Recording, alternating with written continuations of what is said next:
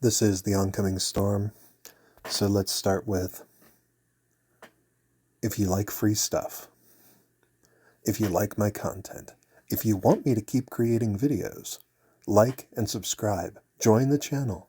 I need numbers, I need people, because there is some things coming that unless I have enough subscribers, I'm not going to be able to give you free stuff. And I've even got a couple events that I want to consider after that as well. So join our YouTube channel. Help the movement. Today we're going to discuss the Daevala Clan. And if you haven't had your head under a rock, you know that out of the two, male or female, the female is definitely the stronger one in most situations. Let me start off by saying I don't like her in Dungeon Descent. She's not good. She ends up getting everybody else killed, and she's not able to handle it solo. That is my experience with her in Dungeon Descent. Now, that being said, why is the female Daevala stronger? Well, first off, every single attack that she makes heals her. She thrusts at the target for her active attacks. She thrusts 3 times, each attack dealing 200, a large percentage of the caster's attack, and heals the caster by 20% of the damage dealt. Okay, well, that would be good all by itself. Healing from attacking, that's what we want to see. One of the things that's really pushing her over the top, though, is Deathless. Her passive is that she becomes immune to death for 5 seconds. When this effect expires, it requires 30% health. It recovers 30% of her health.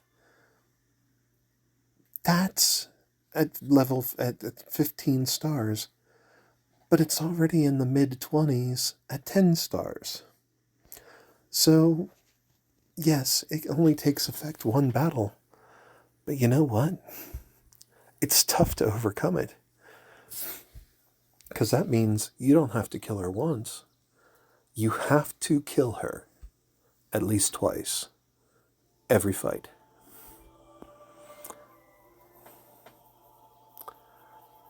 And the thing that everybody comes to hate about her, or love if you're running her, Scarlet Maelstrom. She transforms into a blood pit for 5 seconds and cannot be attacked. Now, some people have said they think they see where she goes immune there multiple times. And immune is the term that comes up whenever she triggers Deathless. But if you see immune within a second of her dropping through the floor and becoming a puddle, that's actually also able to describe her not being able to be attacked. If it happens as she's dropping into her ultimate within a second of it, it won't count as your undying, deathless moment for the fight. So yes, you can potentially see immune more than once, but it means that you didn't get her down outside of her ultimate timer, because there is this about half a second time where she is transforming into the blood pit that if it comes up immune while she's transforming, it doesn't count as your deathless trigger. Because she's not supposed to be attacked at that time. She then moves, has the blood moves around, deals damage equal to, at most, 559% of the caster's attack to targets within its range. When the transformation ends, it heals the caster based on the damage dealt. And for anybody who's experienced it, she heals almost her entire health bar. That means that you have to take her from full health to empty in between ultimates. And you can't do it just once because of Deathless. You have to do it at least twice. And she hits hard. She's got decent strength. 600,000 at max. She's got decent talents. And she's got decent health. So she hits. She heals on her attack. On her active attack, she heals from her ultimate. And those heals are based on the damage she's dealing. And she's dealing very good damage. Why do people like female Daevala? Because flat out, she hits hard. Now, there are people saying that female Daevala is not good. And here is the problem. Female Daevala capitalizes on vigor. It's not good enough to get her stars up. You have to push her vigor as well. That means you have to marry a lot of things into her. Get her traits up, push her hard. She starts getting good around 25 vigor and becomes almost practically godlike in the mid-50s. That is what I can tell you for sure. Now, for anyone who hasn't figured it out, she's S tier. She's S++ tier. She is, if you didn't get her during the Halloween event, I'm so sorry. You really needed her. She's excellent. Male Daevala.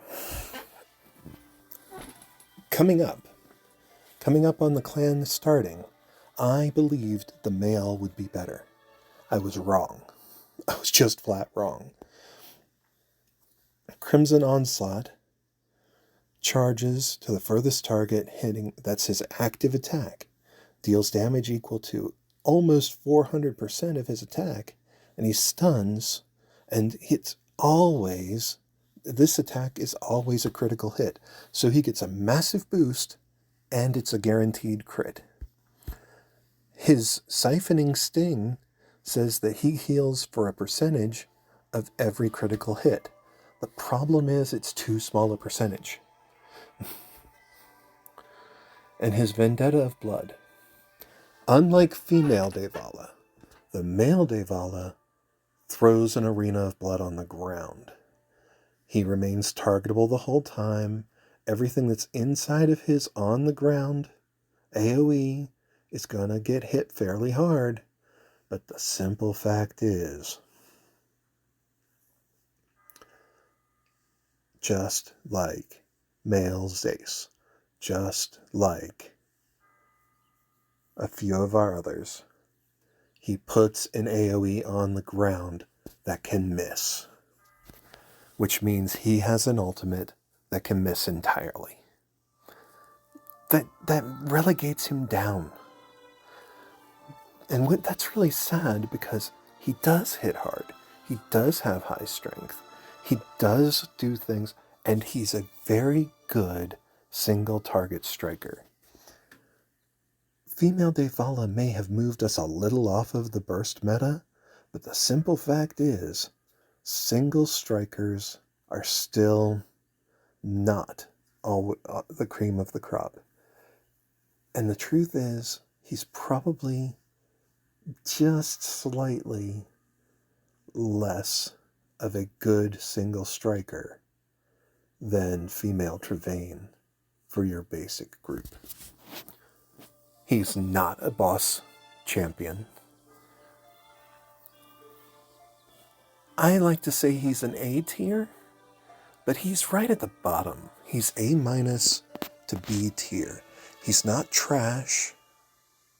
He's worth building for a second and third team. He's also worth building if you're building a crit comp. He's worth building if you've got enough healing behind him. He can hit pretty hard and deal a good amount of damage. Hold on. Here you can see a male Daevala doing 43 million up against bosses that we get there event. Nothing. A decent amount of damage. And he heals a good bit. He heals himself off of his almost Lumen, the whole rest of the group. These are, I'm gonna be straight with you, are Mac don't have time and don't even have their hitting like that. He's a single striker. The female Daevala is definitely stronger. The Halloween event champions, these vampires, are exactly what I hoped they would be. They are very good. Some people would even complain, too good. But if you want her to do well, you need to build her as a DPS. You need to push her DPS up hard. And that means fierce, aggressive, and brutal. You all know that. Just very straightforward. That's where you need to be. You need to be on hard hitting. Now, for PvP, you may need her to have more health. But you can get most of that from Vigor. Let me tell you, Vigor is very effective on these. Very strong. So, Daevala, worth the time, worth the expense. Both of them are good. He's not nearly as good as she is, and she's gonna be God tier on my next tier list. She is just that great. She's S++. She is, when built right, she is very hard to counter, even with the things that can counter her. She is the first champion that we really find ourselves having to say, what can we do to counter this champion? That does not make her broken. A broken champion is one that nothing can stop them. That you just pour enough money into them and they're unbeatable. That's all there is to it. She's not broken, but she is bending the way people think.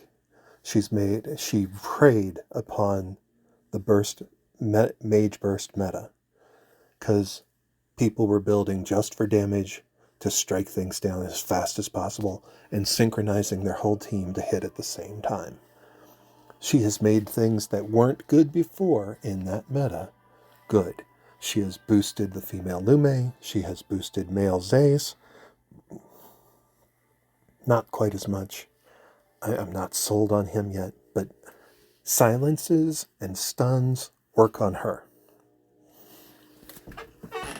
And the only way you're going to get her down is if you can get her Deathless used up before she sets off the first ultimate. Because from there, she's just going to keep hitting ultimates. She is a beast. And I'll tell you, check out the forums. They will tell you, if you put enough vigor into her, she becomes untouchable. There are people literally playing with her on a team alone, taking out other teams that are 13 and 14 million strength when she's only at 5 and 6. By herself, she can solo PvP teams. But it requires a massive pour vigor into her. So, you want to know how to make her? The traits are not nearly as important with her as vigor. That's what you need to know. I wish you all a happy Thanksgiving. I can't promise I'm going to be on a lot this week, but after Thanksgiving week, we're going to get back to our weekly process. I apologize, things are just very busy with my family this week. Happy Thanksgiving, and enjoy Bloodlines, Heroes of Lithas. Don't forget to subscribe. Have a great day.